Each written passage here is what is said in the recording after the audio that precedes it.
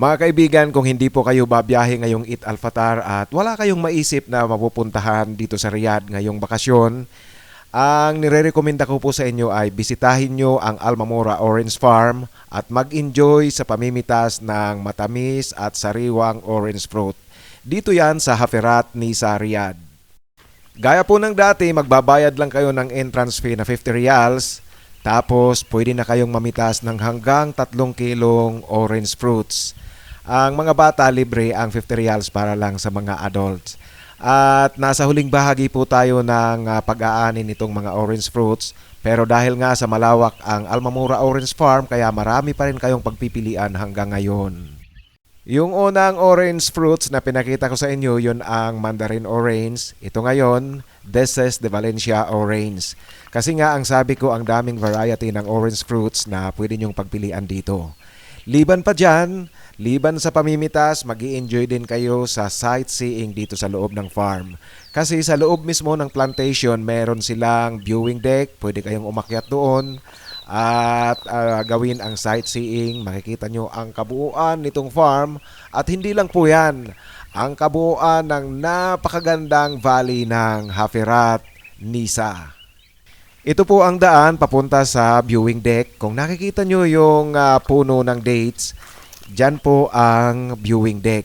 Pwede kayong umakyat dyan at gawin ang sightseeing.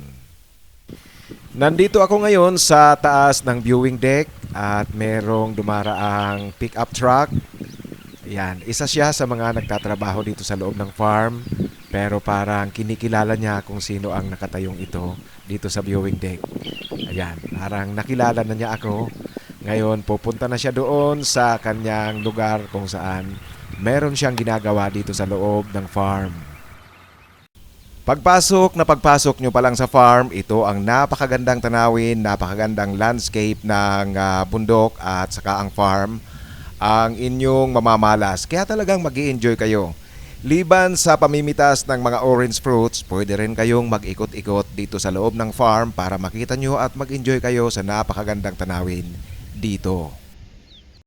Pagkatapos nyo pong mamitas ng orange fruits, kung gusto nyo talagang mag-enjoy sa napakagandang tanawin dito sa loob ng orange farm, ang aking suggestion ay umakyat kayo sa burol na katabi ng orange farm.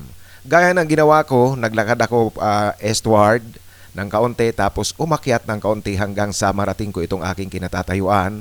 At mula dito, ito ang inyong matatanaw pag ginawa nyo ang pag-akyat dito sa burol na aking inakyat din ngayon. So, yung luntiang kulay na nakikita nyo, yan ang orange farm.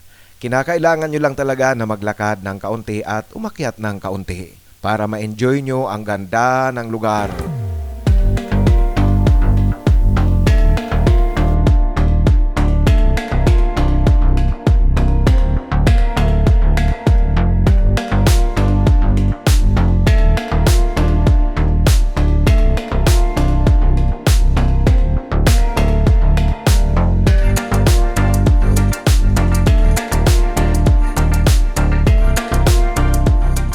Sa muli po, kung wala kayong balak na bumiyahe palabas ng Riyadh ngayong Eat Alfatar vacation at hindi nyo pa rin maisip kung saan kayo pupunta dito sa Riyadh ngayong bakasyon, ito pong lugar na ito ang isa sa aking sinasuggest na puntahan nyo para ma-enjoy nyo ang pamimitas ng mga orange fruits.